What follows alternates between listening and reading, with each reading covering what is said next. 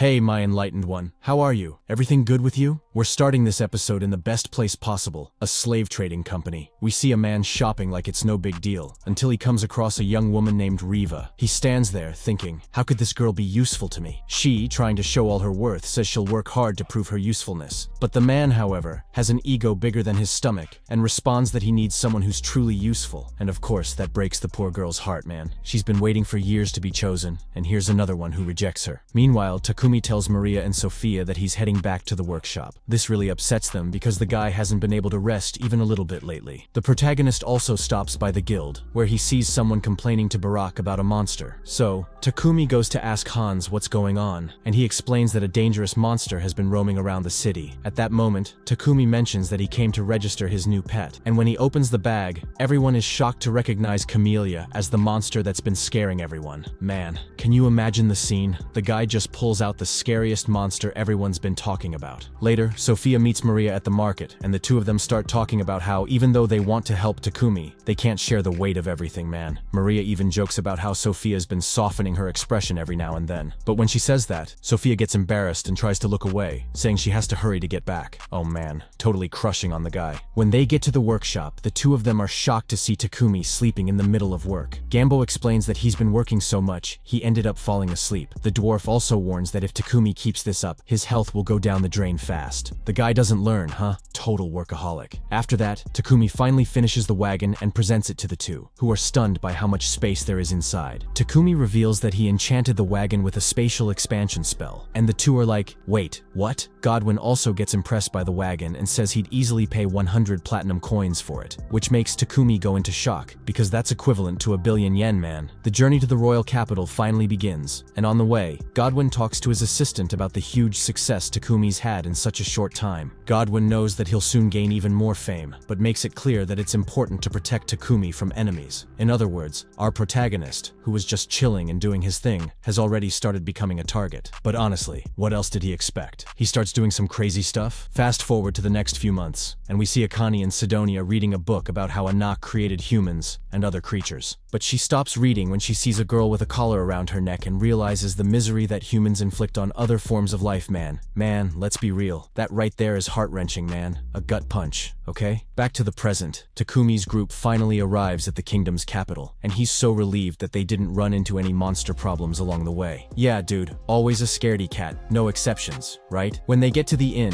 Papek tells Takumi that he should build another wagon for the king, but since they have a meeting with him in 5 days, Papek suggests that in reality, he should just build it later, when they head back to Bolton. But our protagonist is confident, and says he can get it done before the meeting with the king. But what's really worrying him is the lack of space to work in the capital. Papek reassures him that he'll figure something out. Leave it to me, I got this, throw it right at me. Takumi then tells Sophia and Maria about his plan to go to Palm Trading Company, a slave trading business just like the one from Mulan, where he found Maria and Sophia. And from what it looks like, this company seems pretty reliable. So, Takumi meets Burton and explains that he needs someone with magical aptitude to help with alchemy. The scene shifts to Maria, who's worried. She mentions that she hasn't been able to find Maple since she went off to explore the company building, so Sophia runs after her. When they finally find Maple, she comes across Reva, who gets startled when she sees the spider, but Sophia quickly says she's not dangerous, and as usual, she notices the girl is holding an alchemy book. Later, Takumi and Sophia meet up. Takumi asks her to come with him to meet the new candidate. When they get there, they find the girl who was holding the book and got scared of Maple. Sophia's surprised to see she's there. Takumi mentions how he'd love for her to know about alchemy, which gets the girl super excited, until she remembers the previous client's comments, which made her doubt her own abilities. Man, poor thing, already starting to sabotage herself, right? Sophia, with the patience of a saint, says that she's been dedicated to learning because she's always walking around with that alchemy book. To test her knowledge, Takumi hands her an alchemy circle and asks if she can identify what it's for. She's so unsure of herself that, even though she knows what the circle is, she tries to guess and thinks she's not going to get it right. She says what she's thinking and assumes she's wrong, but in reality, Takumi really understood what she meant, man. She nailed it in the end about what the alchemy circle was for, and he tells her that she just needs to have a little more confidence in herself. Then, he decides to invite her to join his group. They set up a contract, and Reva, with her heart in her hands, asks him to send all her wages to her home so her family can have a better life. Takumi, however, thinks that if he sends all the money, she'll end up being a slave forever. Sophia, with her head in the right place, says that working under Takumi's guidance would be a huge honor for her, not to mention that she'll learn skills that will allow her her to make a living with dignity in the future. Reva, emotional, finally finds her place in the group. She feels that, with them, she'll have a chance to change her life forever. What a twist, huh? And in the end, Takumi already starts realizing that Reva is going to be a real asset to the team. We cut to the Cydonia Empire, where the Emperor is furious with the kingdom's countermeasure and yields to their demands. But Lady Elizabeth, that sly one, suggests that a more strategic approach might be better. Instead of attacking directly, why not just spread hatred against them? More subtle, more effective. Seriously, this is crazy. She's like a venomous snake. The poison even starts dripping from the corner of her mouth. Back to the present, we see Takumi, who decides to give Reva an alchemy lesson, and the girl is blown away, thinking this guy is a real master. But Takumi, modest as always, says that she'll soon be able to create alchemy cycles at the same level he does. Of course, she, with a look on her face as if she's still trying to understand what just happened, doubts her own abilities. But the protagonist, always positive, says that the most important thing is her genuine interest in alchemy. And let's be honest, if you're not into alchemy, you're doing something wrong. Imagine how cool it would be to transmute one thing into another, man. Finally, Takumi finishes the long-awaited wagon. He stands there, admiring his masterpiece, when the old man arrives and asks if he's the owner. Takumi, all proud, says that the wagon is for the king, actually. And man, this old guy who showed up? Turns out, he's the king of the whole place. Takumi, surprised, almost falls over. He tries to hide his shock, but the king gets straight to the point. Relax, man. It's just a little informal meeting. Sure, an informal meeting with the king, no big deal. The guy could only do what? Decapitate you. The king explains that he wanted to thank the protagonist personally for solving the sewage problem. Normally, he would throw a party in his honor, but he doesn't want to attract unwanted attention. And Takumi, of course, totally gets it. After the whole meeting Takumi had at the palace, they leave with their rewards in hand, and the king's order to keep this meeting a complete secret. Back in Bolton, Takumi decides he's going to buy the mansion he's been renting, and he also decides to give payment to Maria and Sophia, but they refuse to accept it, leaving Reva all confused. They say that Takumi already gives them everything they need, but he responds that they need to start saving, because their contract with him will one day come to an end. Man, the way those girls are all over you. If you ask them to marry you and stay with you for the rest of your life, they'd say yes, huh? Sophia, with a 1,000-year-old mindset, says that she'll probably live longer than him, so she'll spend the rest of her life protecting his grave. And Maria, with all the delicacy in the world, says she'll be buried beside him. I thought it was a bit macabre, but hey, who am I to judge, right? Reva, all excited, tells Takumi that she wants to register as an adventurer, and our protagonist, being all nice, takes her to the guild, of course, and she soon gets her adventurer's card. Hans asks if the protagonist has thought of a name for the group, since every adventurer group with higher ranks always has a name, but Takumi has zero interest in becoming a professional adventurer. Our protagonist even mentions that his group still doesn't have a frontliner, which is basically the tank who takes all the hits up front, you know? But then, Baroque interrupts and says that an adventurer's body is their greatest tool, and that he'll train the protagonist. Yeah, this training, man, let me tell you, it's more like hell. The guy doesn't train anything, he just beats Takumi up all day. But trust me, he's the best master ever. So, fast forward 10 months, and we see Yamato training in the Cydonia Empire. But Akira looks and thinks that his style is more reckless than strategic, and he believes that won't work in any real battle. Akane, the one who's seen this before, questions Akira's fighting style, but he, all confident, says that he's a hero. And of course, she responds that she and Yamato are also heroes. Dumbass. Tensions in the air, and Akira can't do anything but try to convince Akane to go out with him, but she turns him down. Man, this guy's annoying as hell. Akane keeps researching relentlessly about Anak, and realizes that, unlike the Church of Divine Light, which preaches human supremacy, the Church of Creation teaches that all races are children of Nolene. And at that moment, she starts to wonder, are we really being used? What does everyone expect from us after all? Back to the present, the protagonist is about to train again with Baroque, and the guy asks again about the group's name.